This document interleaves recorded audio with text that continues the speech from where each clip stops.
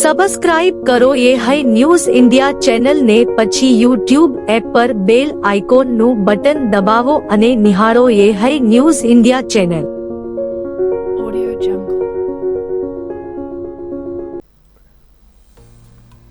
સ્થાનિક સ્વરાજ્યની ચૂંટણીઓને લઈને બનાસકાંઠા જિલ્લામાં રાજકીય માહોલ ગરમાયો છે.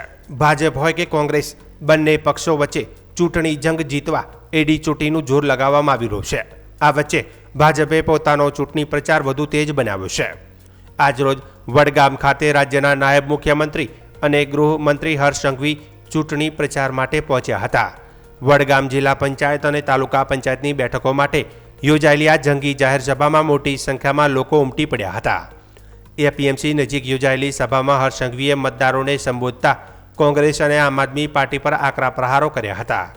સભામાં સંબોધન દરમિયાન હર્ષ સંઘવીએ કટાક્ષ કરતા કહ્યું કે તમને પહેલેથી જ ખબર છે 14 કોણ છે. એ તમારા ગામમાં આવશે તો મહેમાન બનાવજો, પરંતુ એ પણ યાદ રાખજો કે ગામમાં ઘૂસી જશે તો ગામ બગાડશે. તેમના નિવેદનથી રાજકીય વાતાવરણ ગરમાવ્યું છે. હર્ષ સંઘવીએ માત્ર વિરોધ પક્ષોને નિશાન બનાવ્યા નહોતા, પરંતુ ભાજપ સરકાર દ્વારા કરવામાં આવેલા વિકાસ કાર્યોનો પણ ઉલ્લેખ કર્યો હતો. તેમણે માર્ગ, પાણી, વીજળી અને અન્ય સુવિધાઓમાં થયેલા વિકાસના કાર્યોને લોકો સમક્ષ રજૂ કરી ભાજપના ઉમેદવારોને મત આપવાની અપીલ કરી હતી. અંતમાં તેમણે મતદારોને ભાજપના નિશાન પર મતદાન કરી જંગી બહુમતી ઉમેદવારોને જીતાડવા આહવાન કર્યું હતું. વડગામની આ સભા બાદ બનાસકાંઠા જિલ્લામાં ચૂંટણી પ્રચાર વધુ જોર પકડે તેવી શક્યતા વ્યક્ત કરવામાં આવી રહી છે. ચૂંટણી નજીક આવતા બનાસકાંઠામાં રાજકીય ગરમાવો ચરમસીમાએ પહોંચી ગયો છે અને આગામી દિવસોમાં વધુ નેતાઓના પ્રચાર કાર્યક્રમો યોજાશે તેવી સંભાવના છે. હવે મતદારો કોના પક્ષે મત આપે છે જે જોવું રસપ્રદ બનશે. આ બધા જ કામો ગામના 98% લોકો સાથે ભેગા થઈને કરતા હોય, પણ દરેક ગામમાં તમે જોયું હશે કે કોઈ બી સારું કામ કરવા તમે જ્યારે નીકળો ત્યારે 2-4-1400 ગામમાં એ રોકવા આવે જ કે નથી આવતા? ભાઈ પૂરેપૂરા આવે આવી 2-4-14? હા, ગામમાં આવી 2-4-14 હોય? બધા જ ગામમાં, સમાજોમાં બી 2-4-14 હોય કે સારા કામ રોકવાનો જ પ્રયત્ન કરે? તો અમારે રાજનીતિમાં આવી 2-4-14 તો હોય કે ના હોય? હે, એ 2-4-14 ને સીધું કરવાનું કામ ગુજરાતના નાગરિકો મજબૂતાઈથી કરવા માટે મક્કમતાથી નિર્ધાર લઈ લીધો છે. અને હું આજે કહેવા આવ્યો છું તમને સૌને કે આખા ગુજરાતમાં એક બી જિલ્લાઓમાં આ કોંગ્રેસ આપ્યા પાપ્યા તાપ્યા કોઈની બી જિલ્લા પંચાયતની એક બી જિલ્લા પંચાયત આ લોકો ભેગા મળીને બનાવી નથી શકવાના. કારણ કે ગુજરાતના નાગરિકોએ આ ચૂંટણીમાં નક્કી કરી લીધું છે કે આ વખતે તો ગુજરાતના વિરોધીઓને એકદમ ફાઇનલ હિસાબ કરી જ લેવાનો છે. અને એ ફાઇનલ હિસાબ કરવામાં આ વડગામના નાગરિકો, શું તમે ભારતીય જનતા પાર્ટીના આ વિકાસની સાથે કમલ ખીલાવવા માટે તૈયાર છો? પાક્કો? આવી કોઈ 1400 તમારા વિસ્તારમાં બી આવવાનો પ્રયત્ન કરે તો જેમ આપણે ગામમાં સારું કામ કરવા નીકળેલા લોકો 1400 ને નથી સાંભળતા, તેમ તમારે રાજનીતિમાં આવી 1400 ને એક કાનથી સાંભળીને બીજા કાનથી નિકાલવાની આદત રાખવી પડશે. રાખવી પડશે કે નહીં ભાઈઓ? તો હું તો એ જ વિનંતી કરવા આવેલો તમારી પાસે. પંજાની કાર્યાલયની હાલત જોઈ. કાર્યાલયમાં મોટું બોર્ડ લાગેલું હતું, પંજો ઊંધો લટકેલો હતો. નીચે કાર્યાલય જોઈએ તો સપાચક એક માણસ સોગંદ ખાવા માટે નતો. થોડા આગળ ગયા, કારણ કે ઝાડુ અને પંજો એ બધાની કાર્યાલય બાજુમાં હોય, કારણ કે મોડી રાત્રે ભેગા થઈને રાજ્યમાં નાનું મોટું કંઈક કરવાનું હોય, અશાંતિ ફેલાવવાની હોય તો બધા ભેગા થઈને ફેલાવવી પડે. તો ઝાડુમાં તો એવી પરિસ્થિતિ છે કે ઝાડુ તમામ રીતે ગુજરાતભરમાં સફાચક થઈ ગયું છે આ વખતે. અને તમે જોયું કે નહીં આ ઝાડુએ આપણા ગુજરાતમાં અશાંતિ ફેલાવવા માટે કરોડો રૂપિયાના હવાલા ગુજરાતમાં પાડ્યા હતા અને માત્ર જ્ઞાતિઓ વચ્ચે લડાઈ કરાવી, ગુજરાતમાં અશાંતિ ફેલાવી અને આ અશાંતિ અનેક લોકોના ખભે ફેલાવવા માટે આ સૌ લોકોએ ખૂબ મોટું ષડયંત્ર રચ્યું હતું, જે ષડયંત્રનો એકદમ મોટા પાયે પર્દાફાશ એ થયું અને એનાથી અંદાજો આવ્યો કે ગુજરાતમાં આ લોકો જ્ઞાતિ વચ્ચે લડાવવા માટે કયા પ્રકારે પ્રયત્ન કરી રહ્યા છે અને આ પ્રયત્નને નિષ્ફળ કરાવવામાં ગુજરાત પોલીસને મોટી સફળતા મળી અને ગુજરાતના નાગરિકોને હું આભાર માનવા માંગુ છું કે આ લોકોએ આટલો મોટો પ્રયત્ન કર્યો તો બી તમે કોઈની વાતમાં ના આવ્યા. આપણે સૌ લોકો ગુજરાતના તમામ સમાજો એક થઈને ગુજરાતની પ્રગતિ માટે આગળ વધતા રહ્યા. વાવથરા જિલ્લામાં સ્થાનિક સ્વરાજ્યની ચૂંટણી નજીક આવતા રાજકીય માહોલ દિવસે ને દિવસે ગરમાતો જઈ રહ્યો છે. ભાજપ અને કોંગ્રેસ વચ્ચે આક્ષેપ પ્રતિ આક્ષેપની રાજનીતિ વધુ તીવ્ર બની રહી છે, જેના કારણે સમગ્ર જિલ્લામાં તંગ પરિસ્થિતિ ઊભી થઈ છે. ભાજપ જિલ્લા મહામંત્રી કમલેશ આચાર્ય દ્વારા કોંગ્રેસ જિલ્લા પ્રમુખ ગુલાબસિંહ રાજપૂતના પરિવાર પર વ્યાજખોરી અને જમીન કબજાના ગંભીર આક્ષેપો કરવામાં આવ્યો છે. આ નિવેદન બાદ રાજકીય વર્તુળોમાં ચર્ચાનો માહોલ સર્જાયો છે અને બંને પક્ષના સમર્થકો આમને સામને આવી રહ્યા છે. આક્ષેપો સામે વિસ્તારમાં વિવિધ સમાજના લોકો ખુલ્લેઆમ ગુલાબસિંહ રાજપૂતના સમર્થનમાં ઊભા રહ્યા છે. ખાસ કરીને બ્રહ્મ સમાજ દ્વારા સ્પષ્ટપણે જણાવાયું છે કે તેઓ તમામ સમાજોને સાથે લઈને ચાલવાની પરંપરા જાળવી રાખશે અને કોઈપણ પ્રકારના વિવાદને વધારવા ઈચ્છતા નથી. આ મામલે જિલ્લા પ્રમુખ તેમજ થરાદના ધારાસભ્ય ગુલાબસિંહ રાજપૂતે તીખું અને પ્રતિસાદ આપતા જણાવ્યું કે મારા દાદા અને મારા પરિવાર પર કરાયેલા આક્ષેપોનો સાચો જવાબ જનતા 26મી તારીખે આપશે. છેલ્લા 60 વર્ષમાં મારા દાદાએ આવું કંઈ કર્યું હોત તો જનતા ક્યારેય સહન ન કરતી. તેમણે વધુમાં ઉમેર્યું કે સસ્તી પ્રસિદ્ધિ મેળવવા માટે બિનઆધારિત આક્ષેપો કરવામાં આવી રહ્યા છે. અગાઉ પણ સમાજોને આમને સામને લાવવાના પ્રયાસો કરવામાં આવ્યા હતા. મને કોઈ વ્યક્તિગત જવાબ આપવાનો નથી, મારી જનતા જ સચ્ચાઈનો જવાબ આપશે. ચૂંટણી પૂર્વે વધતા રાજકીય તણાવને કારણે વાવથરા જિલ્લામાં રાજકીય પારો ચરમસીમાએ પહોંચ્યો છે. હવે 26મી તારીખે મતદાન દરમિયાન જનતા શું નિર્ણય લેશે, જે એવું જોવાનું રહ્યું. કે અમે આ ચૂંટણીમાં ભારતીય જનતા પાર્ટીને છઠ્ઠીનું ધાવણ યાદ કરી દઈશું. હવે એમને આપ બધાના માધ્યમથી મારે કહેવું છે કે એ લોકોને એમના વડવાઓએ વર્ષો સુધી વાવ ઉપર શાસન કરી ગરીબ પ્રજાની 10% વ્યાજે રૂપિયા આપી કેટલી એ જમીનો બચાવી પાડી. હવે એ લોકોએ વિસ્તારને છઠ્ઠીનું ધાવણ તો વહેલું યાદ કરાયું. ઓપરે એમને છઠ્ઠીનું ધાવણ યાદ કરવાનો સમય આવ્યો છે. એટલે આપ બધાને બે હાથ જોડીને નમ્ર વિનંતી કરું છું કે આવનારી ચૂંટણીમાં 26 તારીખે ભારતીય જનતા પાર્ટીના ઉમેદવાર કમલના નિશાન ઉપર જંગી બહુમતીથી મતદાન કરી અને એ લોકોને એવો જવાબ આપો કે એમના પુરખાઓને ખબર પડે કે નાના આ મોટી સમાજ સામે પડવાથી શું પરિણામ મળે છે. અસ્તુ ભારત માતા. હવે એક સસ્તી પ્રસિદ્ધિ માટે કરીને એક ભાજપના હોદ્દેદાર દ્વારા આજે નિવેદન આપ્યું છે. મારે તો એમને કઈ જવાબ આપવો નથી, પણ લગભગ વાવ થરાદની અંદર મારા પરિવારનું છેલ્લા 60 વર્ષથી રાજકારણની અંદર છે અને જો કોઈ ખોટી રીતે સંપત્તિ બનાવવાની વાત હોય કે વ્યાજની વાત હોય તો 60 વર્ષ સુધી આ વિસ્તારના લોકો આવા અત્યાચાર કોઈ દિવસ સહન ના કરે.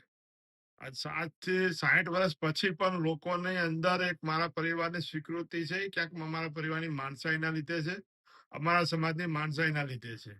બાકી જાણે જોઈને સમાજો વચ્ચે વર્ગ વિગ્રહ કરવાની કોશિશ કરવામાં આવી રહી છે. અમે સૌ પણ આનંદ પ્રકાશ બાપુમાં માનીએ છીએ. અમારા કોઈ પણ સારા કાર્ય થયા હોય તો હંમેશા આનંદ પ્રકાશ બાપુના આશીર્વાદ લઈને થયા છે અને બ્રહ્મ સમાજ પણ આનંદ પ્રકાશ બાપુમાં ખૂબ માને છે. ત્યારે જાણે જોઈને બે સમાજ વચ્ચે કઈ રીતે વર્ગ વિગ્રહ થાય એના માટે કરીને હું કઈક એવું નિવેદન આપું જેનાથી કોઈ રાજકોટ સમાજ મારા ઉપર કઈક એવું નિવેદન આપે એના લીધે વર્ગ વિગ્રહ થાય, ચૂંટણીમાં ફાયદો થાય, એના માટે કરીને આ આડકતી રીતે કાવતરું છે. આ ભાઈએ હું પેટા ચૂંટણી લડતો ત્યારે પણ આવું જ કાવતરું ઘડવાની કોશિશ કરી હતી કે હું રાજપૂત સમાજના છોકરાઓ જોડે માથાકૂટ કરો, એ મને મારે અને ઠાકોર સમાજ વિડીયો બનાવીને એનો વાયરલ કરે. પણ હું તો ઠાકોર સમાજને અભિનંદન આપું કે ના પડે એવા ચૂંટણી અમે અમારી રીતે લડશું, આવામાં તરકટ કરવા નથી. એટલે છેલ્લા 2 વર્ષથી કઈ રીતે સમાજો વચ્ચે વેરઝેર ઉભું થાય એના માટે પ્રયત્ન કરે છે. બ્રહ્મ સમાજ પણ ખૂબ સમજુ સમાજ છે, રાજપૂત સમાજ પણ ખૂબ સમજુ સમાજ છે. પણ આ ભાજપનો હોદ્દેદાર છે, એ મહત્વની વાત છે કે ભાજપના હોદ્દેદારે ભાજપની મિટિંગમાં જયારે આ નિવેદન આપ્યું છે ત્યારે હું તો કહું વાવથરાદના લોકોને એટલી જ વિનંતી કરું છું કે મારા પરિવારે આ વિસ્તારની અંદર ખંતથી લોકોની સેવા કરી છે. મારા દાદા હેમાભાઈ ઉપર આને જે આક્ષેપ કર્યા છે એને તો હું કહું કે હેમાભાઈએ જો આ વિસ્તારના લોકોની સાચી સેવા કરી હોય તો આનો જવાબ લોકો 26મી તારીખે ઈવીએમ પર કોંગ્રેસ પાર્ટીને વોટ આપીને ભાજપને જવાબ આપશે કે ભાઈ આ વિસ્તારમાં હેમાભાઈએ શું સેવા કરી છે કે શોષણ કર્યુંનો જવાબ સમગ્ર વાવથરા જિલ્લાની અંદર લોકો, ખાસ કરીને રાજપૂત સમાજને વિનંતી કરું છું, સૌર સમાજને વિનંતી કરું છું. કદાચ અમે સામસામે ચૂંટણીઓ કોઈ પણ સમાજના લડ્યા છું, પણ ક્યારે કોઈ સમાજના વેરઝેર ઊભું થાય એવું મારા પરિવારના લોકોએ કામ નથી કર્યું.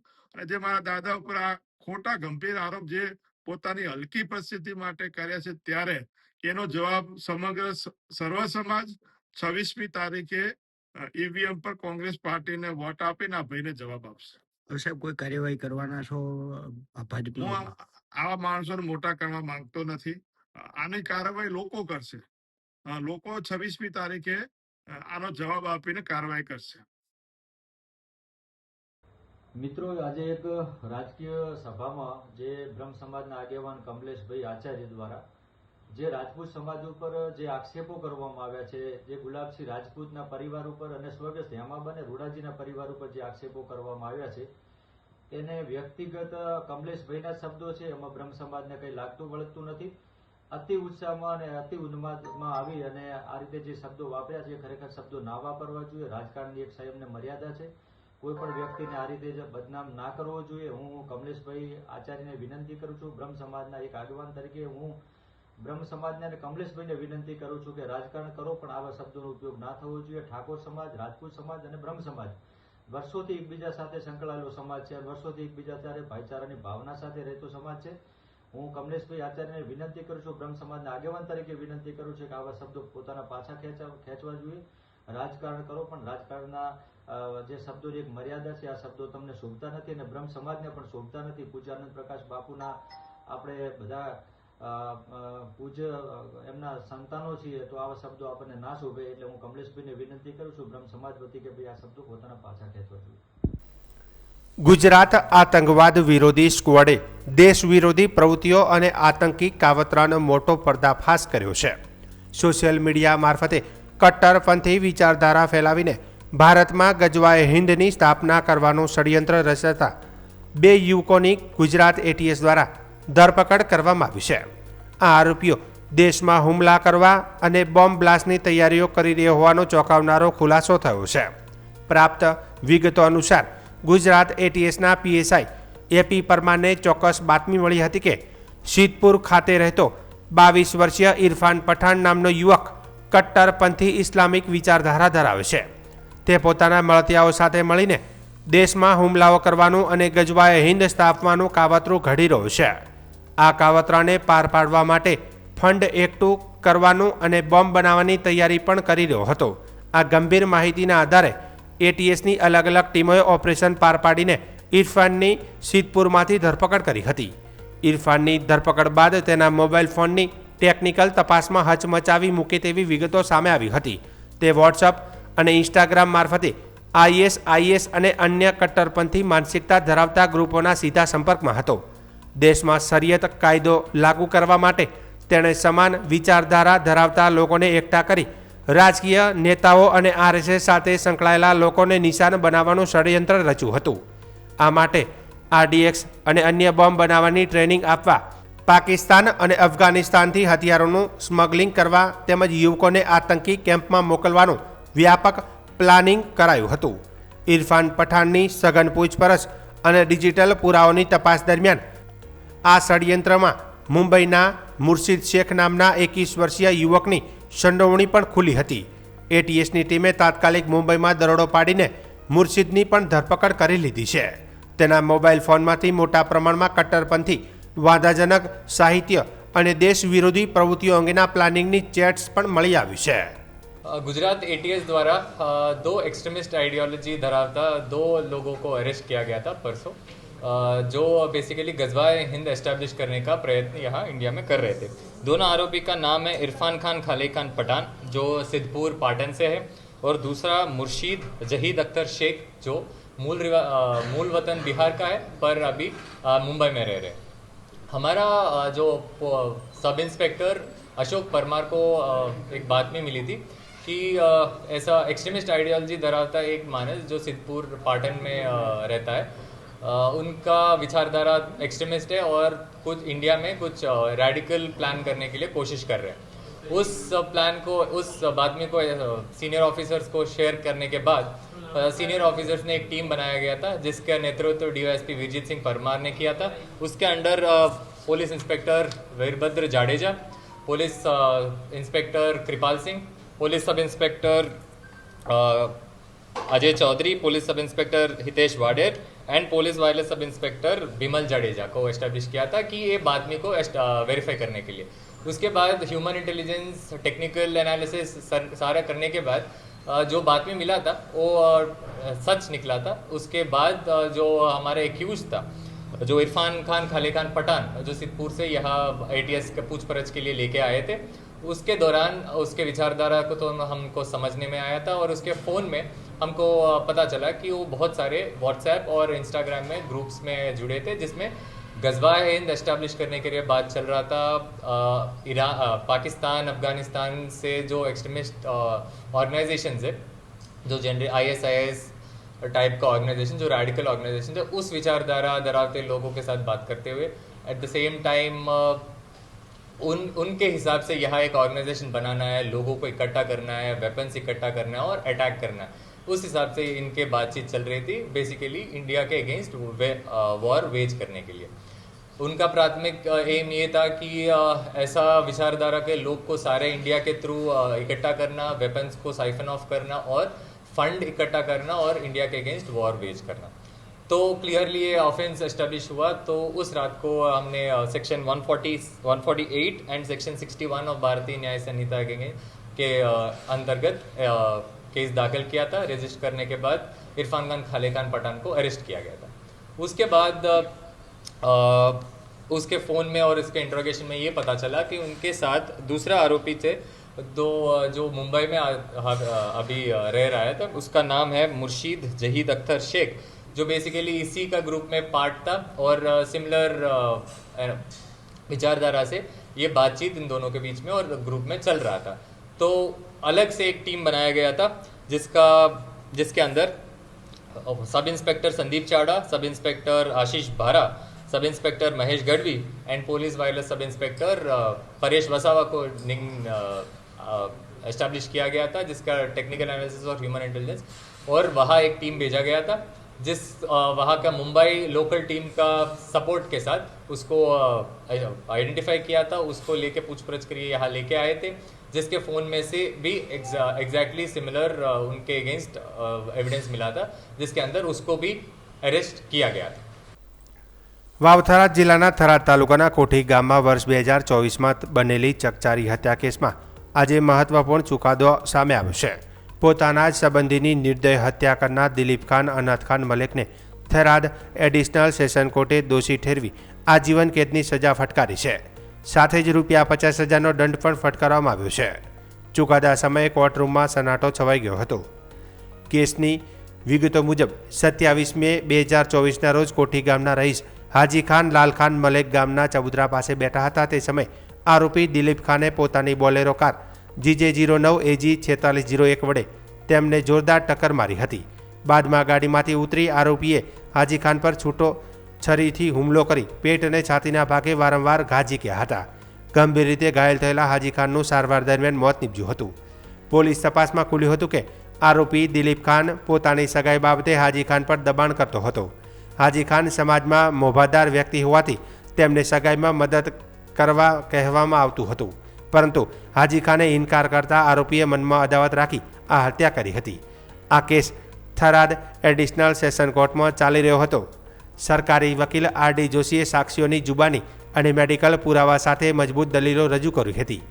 તમામ પુરાવાઓને ધ્યાને લઈ ન્યાયાધીશ PM સયાણીએ આરોપીને માનવ હત્યામાં દોષિત જાહેર કર્યો છે।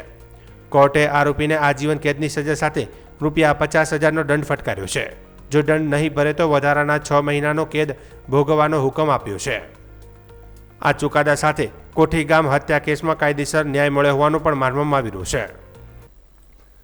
વાવ ગામમાં એક હૃદયસ્પર્શી ઘટના સામે આવી છે, જ્યાં એક યુવાનની સમયસર મદદથી પ્રસૂતા મહિલાનો જીવ બચી ગયો. આ ઘટનાને સમગ્ર વિસ્તારમાં માનવતા અને સહકારનો સંદેશ ફેલાવ્યો છે. ગઈકાલે મોડી રાત્રે માજીરાણા પરિવારની પુત્રવધુએ ડિલિવરી બાદ અચાનક તબિયત બગડતા તેને તાત્કાલિક હોસ્પિટલમાં ખસેડવામાં આવી હતી.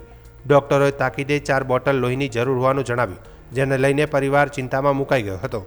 આ મુશ્કેલ સમય વાવના વિક્રમભાઈ ભુરાભાઈ વેજીયા આગળ આવ્યા. પરિસ્થિતિની ગંભીરતાને સમજતા તેમણે તરત જ પોતાના મિત્ર વર્તુળનો સંપર્ક કર્યો અને જીતેન્દ્રભાઈ તથા જયભાઈની મદદથી 2 બોટલ લોહી તાત્કાલિક ઉપલબ્ધ કરાવ્યું. ત્યારબાદ પોતે જ ગાડી લઈને હોસ્પિટલ પહોંચ્યા અને બાકીની 2 બોટલો લોહીની પણ ઝડપી વ્યવસ્થા કરી. હોસ્પિટલમાં હાજર રહી વિક્રમભાઈએ પરિવારને હિંમત આપી અને જરૂરી પ્રક્રિયામાં સહકાર આપ્યો. સમયસર લોહી મળતા ડોક્ટરોએ સારવાર શરૂ કરી અને હાલ મહિલાની તબિયત સ્થિર હોવાનું જાણવા મળ્યું છે.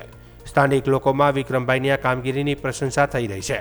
અનેક લોકોએ જણાવ્યું કે આવી નિસ્વાર્થ સેવા સમાજ માટે પ્રેરણારૂપ છે. આ ઘટના ફરી એકવાર યાદ અપાવે છે કે સંકટના સમયમાં માણસાઈ જ સૌથી મોટો આધાર બની રહે છે. રાજ્યમાં આગામી સ્થાનિક સ્વરાજ્યની ચૂંટણીમાં ભીષણ ગરમીને ધ્યાનમાં રાખીને તમામ મતદાન અને મતગણતરી કેન્દ્રો પર પ્રાથમિક આરોગ્ય સુવિધાઓ ઉપલબ્ધ કરાવવા આરોગ્ય વિભાગે આદેશ આપ્યા છે. દરેક કેન્દ્ર પર ફર્સ્ટ એડ કિટ અને ORSની વ્યવસ્થા કરવામાં આવશે, જેથી મતદારો અને સ્ટાફને લૂ કે ડિહાઇડ્રેશનથી બચાવી શકાય. આ ઉપરાંત કોઈપણ કટોકટીની સ્થિતિને પહોંચી વળવા માટે ખાસ મોબાઈલ મેડિકલ ટીમ પણ તૈનાત કરવામાં આવશે. આ અંગે તમામ જિલ્લા આરોગ્ય અધિકારીઓને કડક સૂચનાઓ આપી દેવાઈ છે.